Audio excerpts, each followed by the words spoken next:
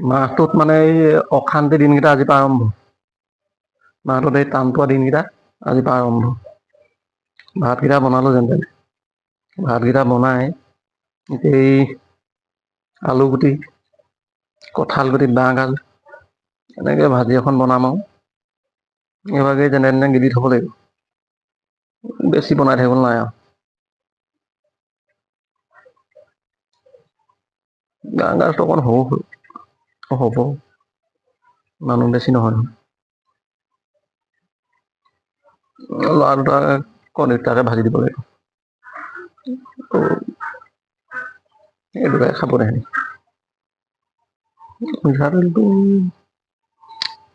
Actually মানুহ যদি ভাল পাই নানিলো হেঁতেন নহয়, সঁচাকে গৰু পিতন এটা দিলো হেঁতেন। এই নহৰু এটা আছে, দুফুটা নে কেইফুটা, পিঁয়াজ নায়েই। একদম বনাবৰ সময়ত বস্তু এটা বিচাৰি নাপালে মোৰ মাথাটো বেয়া হৈ যায়।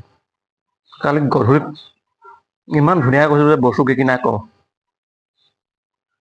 সঁচাকে মই ভাল পাই অনাহেঁতেন নহয়, গৰু পিতন এটা দিলো।